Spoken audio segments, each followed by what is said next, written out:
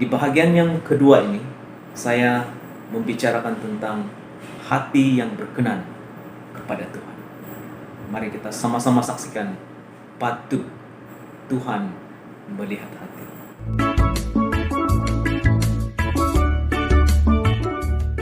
Saudara dan saudari yang dikasihi Tuhan, kita akan belajar daripada seorang pribadi. Pribadi yang dimaksudkan ialah Raja Daud. Sebelum Raja Daud diangkat menjadi raja orang Israel, bangsa Israel. Bangsa Israel sebenarnya sudah ada seorang raja yang dipilih oleh bangsa itu sendiri, yaitu Raja Saul. Saul ini adalah seorang yang tampan dan tinggi orangnya. Kalau dibandingkan dengan semua pemuda yang ada di dalam bangsa Israel pada ketika itu, tidak ada yang setampan dia. Dan semua pemuda yang lain itu hanya berada pada paras bahu Raja Saul sahaja. Dia seorang yang tinggi, tampan, dan penuh dengan karisma. Kenapa Tuhan menolak Raja Saul? Karena Tuhan melihat hati Saul yang tidak berkenan kepadanya. Hati Saul yang tidak menurut kepada perintah Tuhan, yang tidak taat kepada perintah Tuhan. Dan itu telah menyakitkan hati. Lalu Tuhan berkata melalui Nabi Samuel kepada Saul, "Aku telah menolak engkau, aku tidak berkenan kepada, dan aku telah memilih seorang yang berkenan di hati." Lalu Tuhan menyuruh Samuel untuk pergi ke Bethlehem kepada keturunan Yahuda. Saul itu dari keturunan Benjamin, suku yang terkecil dalam bangsa Israel. Dan raja orang Israel yang sesungguhnya harus daripada keturunan Yahuda. Tuhan menyuruh Samuel pergi ke Bethlehem kepada sebuah keluarga, pada Isai.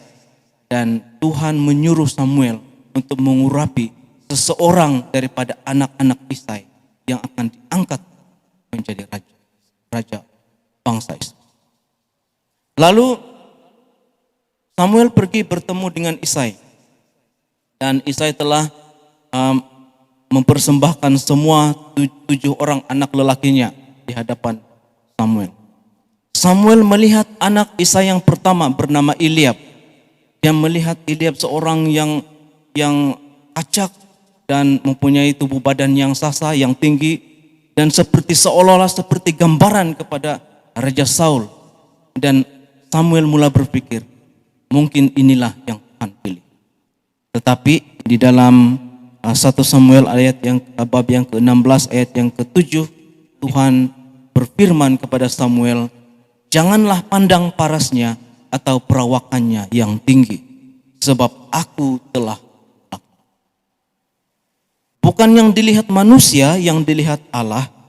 Manusia melihat apa yang di depan mata, tetapi Tuhan melihat hati. Lalu lagi anak Isai yang kedua bernama Abinadab. Dan pikir Samuel inilah, tetapi sekali lagi Tuhan berfirman kepada Samuel, bukan ini. Kemudian lalu lagi yang ketiga bernama Syama. Dan demikian juga Tuhan berkata, bukan dia. Dan semua 7 anak lelaki Isai telah berlalu dan Samuel melihat dan semuanya tidak berkenan kepada Tuhan. Lalu Samuel berkata kepada Isai, "Inikah anakmu semuanya?" Jawabnya, "Masih tinggal yang bungsu." Rupanya ada lagi yang bungsu, yang ke-8. Itulah Daud, tetapi sedang menggembalakan kambing domba. Kata Samuel kepada Isai, "Suruhlah memanggil dia, sebab kita tidak akan duduk makan sebelum ia datang." Saudara dan saudari yang dikasihi Tuhan, hal yang pertama, hati yang berkenan kepada Tuhan ialah hati yang tertuju kepada Tuhan. Di dalam petikan firman Tuhan ini kita mengerti, kita mengenal dan kita mengetahui siapa Daud. Daud hanyalah seorang penggembala domba. Tetapi di dalam kehidupan Daud sebagai penggembala domba, dia dapat melihat Tuhan di dalam penggembalaan domba. Dan satu hal yang Daud mengerti, bahwa Tuhan adalah gembala yang baik. Dan dari situlah lahir Mazmur yang ke-23. Mazmur yang ke-23 itu adalah Mazmur Daud. Dia mengenal Allah itu seperti gembala, seperti dirinya yang menggembalakan domba. Bagaimana dia mengenal Allah, sikap dan karakter Allah yang selalu mahu memelihara. Domba yang digembalakan itu tidak pernah kekurangan apa-apa selagi dia menjadi gembala yang baik. Gembala yang baik selalu menuntun dombanya ke padang rumput yang hijau. Gembala yang baik selalu menuntun domba-dombanya ke air yang. Dan hal itulah yang Daud mengerti. Di dalam pekerjaannya hatinya terarah kepada, hatinya fokus kepada. Dia mengenal domba yang sangat tidak berdaya. Dia tahu bahwa dirinya juga sangat tidak berdaya tanpa Tuhan sebagai gembala di dalam hidup. Dan inilah hal yang pertama yang dilihat oleh Tuhan di dalam hati Daud. Dan inilah yang berkenan kepada Tuhan. Saudara dan saudari yang dikasihi setiap pribadi kita saat ini. Baik kita masih lagi di dalam persekolahan, baik kita yang bekerja sama ada di dalam jabatan kerajaan, swasta dan sebagainya, yang mengusaha sendiri, ataupun yang hanya menjadi suri rumah, atau yang masih mencari pekerjaan. Dapatkah kita melihat seperti Daud melihat di dalam dirinya, di dalam persekitaran hidupnya, di dalam apa yang dia lakukan, dia tetap melihat Tuhan ada di sana. Yang kedua, saudara dan saudari yang dikasihi Tuhan, mari kita lanjutkan pembacaan dalam kitab 1 Samuel bab yang ke-17 ayat yang ke-32 sampai 35. Berkatalah Daud kepada Saul, janganlah seseorang menjadi tawar hati karena dia, hambamu ini akan pergi melawan orang Filistin itu. Tetapi Saul berkata kepada Daud, tidak mungkin engkau dapat menghadapi orang Filistin itu untuk melawan dia, sebab engkau masih muda. Sedang dia sejak dari masa mudanya telah menjadi prajurit. Tetapi Daud berkata kepada Saul, hambamu ini biasa menggembalakan kambing domba ayahnya. Apabila datang singa atau beruang yang menerkam seekor domba dari kawanannya, maka aku mengejarnya, menghajarnya, dan melepaskan domba itu dari mulutnya. Kemudian apabila ia berdiri menyerang aku, maka aku menangkap janggutnya, lalu menghajarnya dan membunuhnya. Saudara dan saudari yang dikasihi Tuhan, petikan firman Tuhan yang kita baca sebentar tadi itu ialah peristiwa di mana tentara bangsa Israel sedang berhadapan dengan tentara Filistin.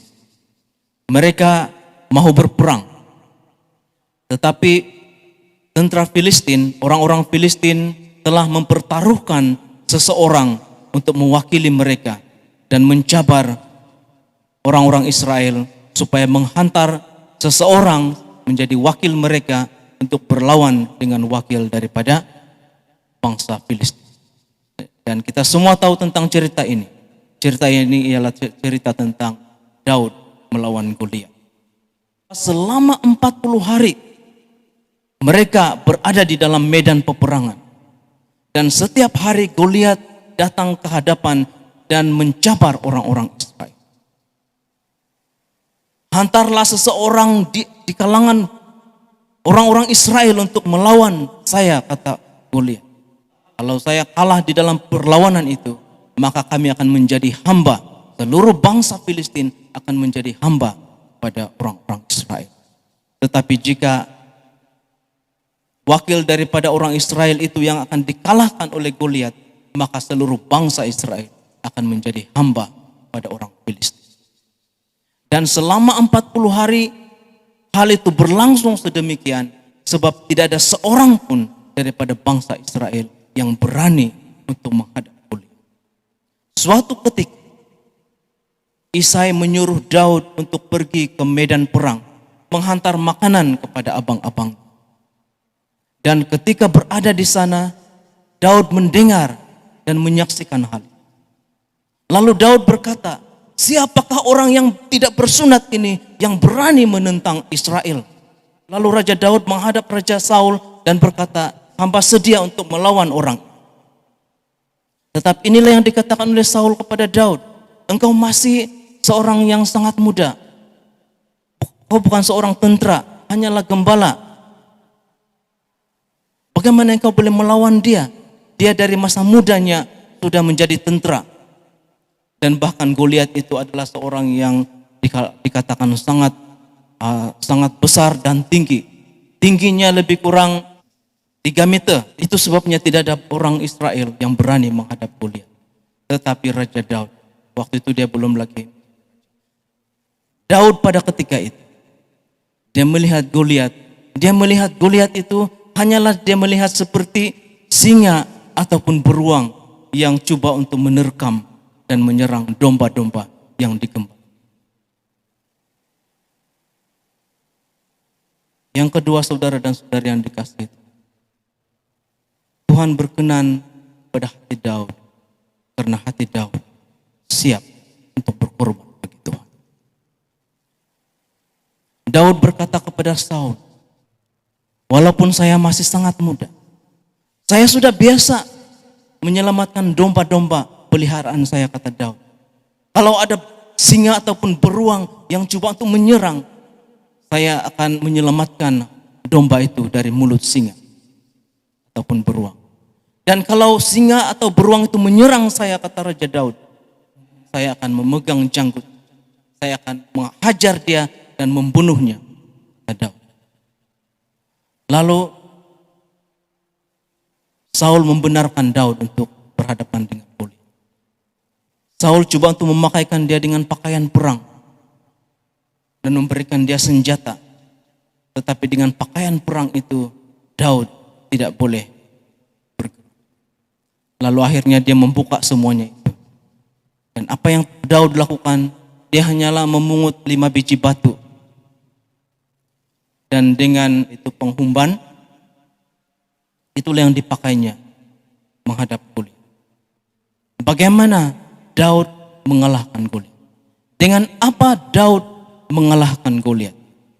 Di dalam Alkitab yang kita baca dan yang kita pahami, Daud mengalahkan Goliat hanya dengan sebiji batu yang dihumban oleh penghumban. Tetapi sebenarnya bukan itu yang membunuh Goliat. Bukan itu sebenarnya yang Daud pakai untuk menghadapi Goliat.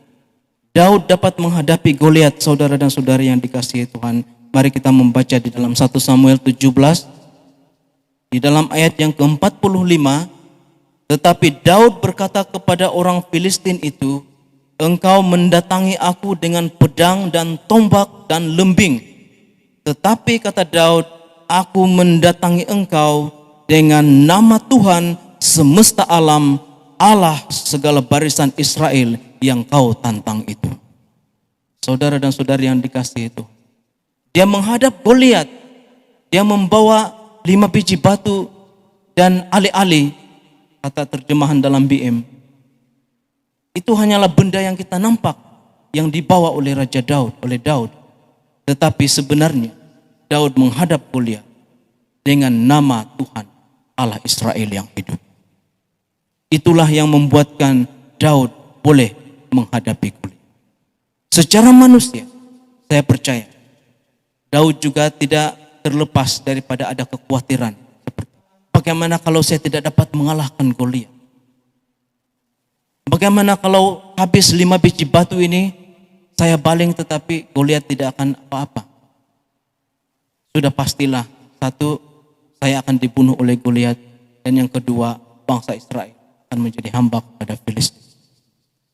Daud mengerti akan akibat itu. Tetapi Daud tidak memfokuskan kepada hal-hal yang negatif. Sebab hal itu belum tentu berlaku, dan Daud mempunyai satu keyakinan bahwa hal itu pasti tidak akan berlaku karena Daud mengerti bahwa Tuhan menyertai dia. Sebab sesudah Samuel mengurapi Daud, Alkitab memberitahu bahwa Roh Allah menyertai Daud. Dan Daud sangat-sangat mengerti, kalau Tuhan bersama-sama dengan saya, siapakah yang dapat mengalah saya? Sebab itu Daud datang menghadap Goliat. Dia rela untuk mengorbankan dirinya. Dia rela seperti dia berkorban untuk domba-dombanya. Dia rela mempertaruhkan nyawanya untuk menyelamatkan domba-domba. Dia rela mempertaruhkan nyawanya untuk menyelamatkan bangsanya. Dan itulah hati seorang hamba yang dicari oleh Tuhan. Yang rela, yang siap untuk berkorban. Dan Daud menghadap Goliat bukan dengan lembing, bukan dengan tombak. Daud menghadap Goliat demi nama Tuhan Allah Israel yang hidup. Saudara dan saudari yang dikasihi Tuhan, di dalam hidup kita setiap hari ada waktu-waktu di dalam hidup kita, pastinya kita akan menghadapi Goliat di dalam. Apakah Goliat itu berbicara tentang masalah di dalam keuangan pribadi ataupun keluarga? Apakah Goliat itu berbicara tentang penyakit yang dideritai? Apakah mungkin Goliat itu adalah pergolakan di dalam perhubungan, sama ada suami istri, ibu bapak dan anak-anak, ataupun yang baru sedang bercinta dan sebagainya? Ketika kita berhadapan dengan Goliat di dalam hidup, adakah kita mengandalkan Tuhan dalam? Adakah kita menjadi seperti Raja Daud yang menghadap Goliat demi nama Tuhan, dengan nama Tuhan? Jadi kalau Tuhan menyertai di dalam hidup kita, apapun yang terjadi di dalam hidup kita, itu tidak akan mengganggu dan menggugat kekuatan iman kita, ataupun tidak akan melemahkan manusia batin kita, tidak akan melemahkan jiwa kita, tidak akan melemahkan hati kita. Tuhan bukan melihat Goliat yang ada di dalam hidup kita, tetapi Tuhan melihat hati. Apakah kita sungguh-sungguh mengasihi Tuhan? Apakah kita siap untuk berkorban bagi Tuhan?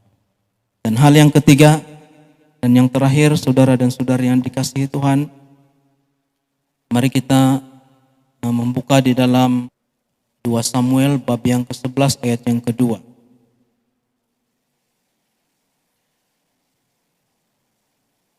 Dalam terjemahan baru, sekali peristiwa pada waktu petang, ketika Daud bangun dari tempat pembaringannya, lalu berjalan-jalan di atas sotoh istana, tampak kepadanya dari atas sotoh itu seorang perempuan sedang mandi. Perempuan itu sangat elok rupanya. Saudara dan saudari yang dikasihi Tuhan, Daud juga manusia biasa seperti saudara dan saya. Daud bukan seorang yang sempurna. Tuhan berkenan kepada hati Daud yang terarah kepada Tuhan. Tuhan juga berkenan kepada hati Daud yang rela berkorban untuk Tuhan. Tetapi hati Daud juga tidak sempurna. Peristiwa ini mengisahkan bagaimana Daud telah jatuh di dalam dosa perzinahan. Dan bahkan dia jatuh dalam dosa pembunuhan. Dia melihat seorang wanita yang cantik sedang mandi. Lalu dia mengingini perempuan itu. Dia mengetahui perempuan itu adalah istri orang. Istri salah seorang daripada tentera bernama Uria. Dan wanita itu bernama Batsheba. Tetapi dia memanggil wanita itu datang kepada. Dan dia berseketiduran dengan Batsheba. Sehingga Batsheba menjadi hamil.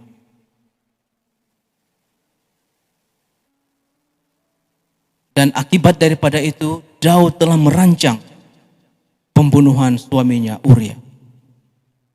Daud sengaja meletakkan Uria di barisan hadapan medan peperangan, yang Daud tahu bahwa Uria tidak mampu untuk menanggungnya. Dan Alkitab mencatatkan beberapa pegawai tentara Raja Daud telah terbunuh, termasuklah Uria. Di atas kertas, mungkin hal itu tidak dapat dilihat sebagai kesalahan Daud, sebab Uria mati di dalam peperangan.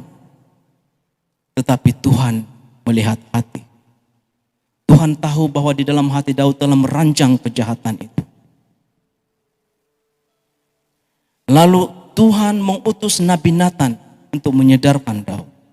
Nathan berkata kepada Daud, di sebuah kota ada dua orang pribadi, seorang kaya dan seorang miskin.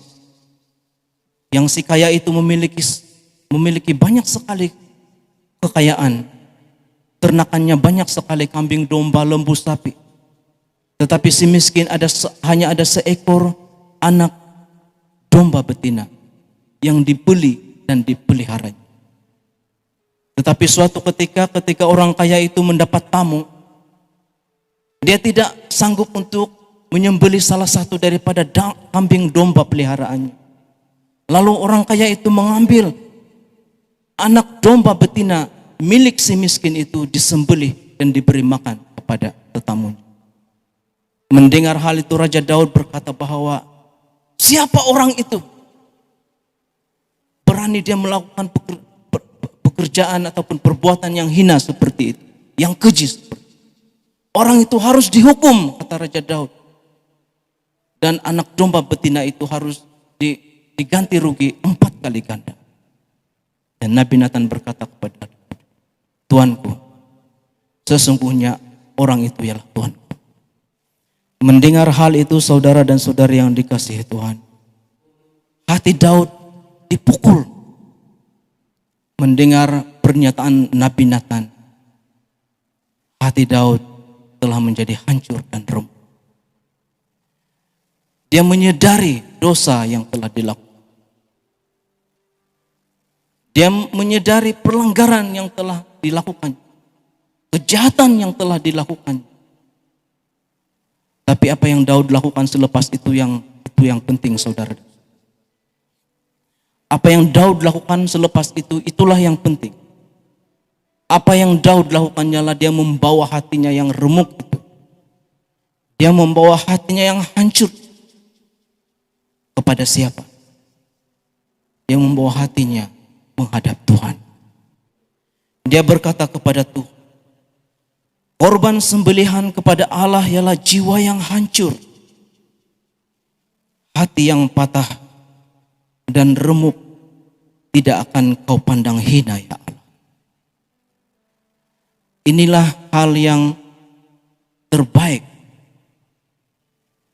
yang Tuhan ingin lihat di dalam hati Daud. Tuhan tahu bahwa Daud juga tidak sempurna, hatinya tidak sempurna. Tetapi Tuhan berkenan kepada Daud karena Daud memiliki hati yang siap untuk diremukkan, yang siap hancur di hadapan Tuhan, dan siap untuk dipulihkan, yang siap untuk dibentuk kembali oleh Tuhan, dan siap untuk dipakai Tuhan. Sesungguhnya hati yang patah dan remuk tidak akan dipandang hina oleh Tuhan. Saat ini saudara dan saudari yang dikasihi, apa pergumulan yang sedang kita hadapi di dalam? Mungkin kita sedang berhadapan dengan ikatan-ikatan dosa yang membuatkan kita merasa bahwa kita tidak layak di hadapan Tuhan. Ataupun mungkin juga dosa-dosa masa lalu kita yang selalu diingatkan oleh iblis di dalam hati dan pemikiran. Engkau itu tidak layak karena engkau pernah jatuh dalam dosa berzina. Sebab engkau pernah jatuh dalam dosa penipuan. Sebab engkau pernah jatuh di dalam dosa yang mengakibatkan ada orang yang terbunuh dan sebagainya. Ataupun mungkin hanya dosa-dosa yang dianggap kecil, tetapi dosa tetap dosa. Marilah kita belajar seperti Daud. Dia tidak sempurna, tetapi hatinya yang tidak sempurna itulah yang dia bawa di hadapan Tuhan. Dan itulah sebabnya Allah sangat berkenan kepada Daud. Karena Daud memiliki hati yang remuk dan yang hancur, yang siap untuk dipulihkan dan dipakai oleh Tuhan.